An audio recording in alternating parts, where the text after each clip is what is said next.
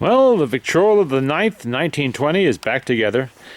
Actually, I have another one, almost identical to this one, also 1920. I forgot about that one. It's been wrapped up in storage for a year and a half or so. It's in a previous video, and I have a 1919 and a 1918, and I believe a 1921. Quite a few Victrola 9s, actually. Anyway, this is the latest. This is actually one that has a custom lower cabinet, but the lower cabinet's not ready yet. That needs more cleaning, a little bit of repair, just minor spiffing up, and then this will be mated back to it.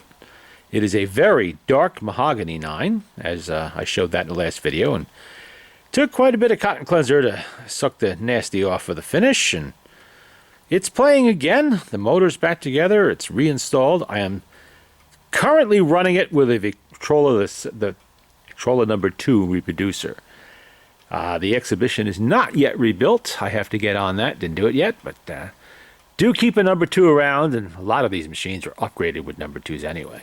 Not gold-plated ones like what's on this one. But it sounds good with it, so we'll use that for just a motor test. I'm just spinning the motor up to make sure everything's spinning decently, nothing's hanging up, the springs are good, and they do appear to be. I've been playing records on it for a bit here to distribute the grease in the spring barrels. You should always do that. You know, before you set your speed or anything else, just, you know, get it approximate with the speed and just let it run 3 or 4 wind-ups because you need to distribute the grease around in the barrel. I do not grease springs as I install them.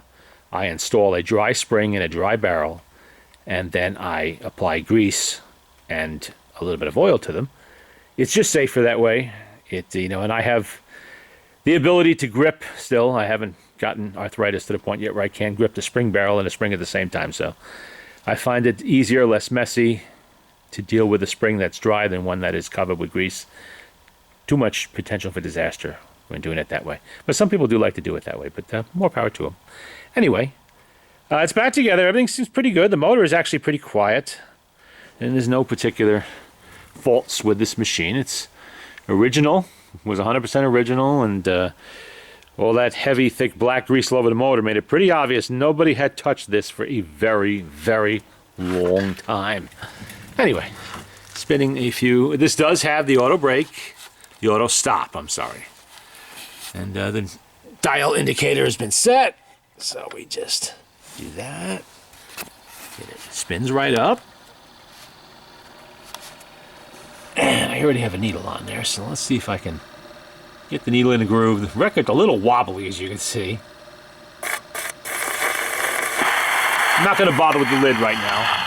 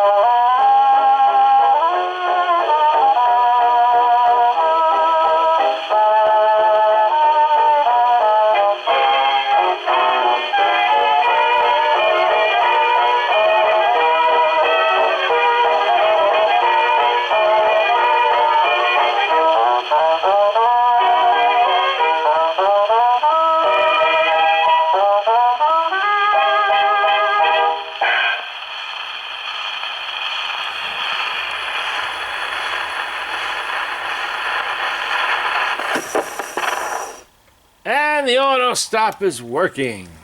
Or they all work. It's just, I had to clean it, but sometimes when I don't cooperate, it doesn't work like it should. Okay, let's flip that over. I think there's a little crack in this one. Heard a little tick, tick, tick somewhere.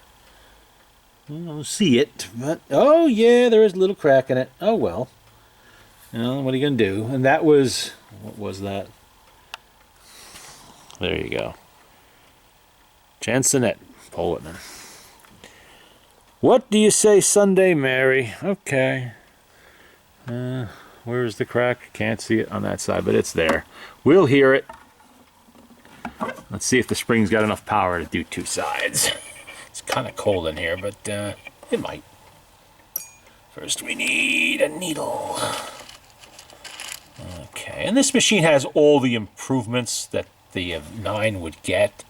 Has the improved motor. It has the fat tone arm. That's the fat tone arm there. Temporarily has the number 2 reproducer. It's going to go back to its original. Whoops, wrong way. It's going to go back to the original exhibition once it's rebuilt. Has the auto stop, although that can be found on lots of different Victrolas. Obviously, you got the floating horn in 1915. It's got the feet style cabinet that it also got in 1915 and would keep until 1926 when the very last ones were made for export primarily.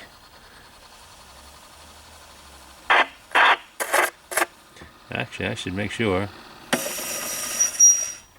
Yep, that the auto brake is set. That's how you do it. You have to measure it out to the end of the record. Every record has a different length. Of course, this one's wobbly, so it's a little hard to get the needle on there. There we go.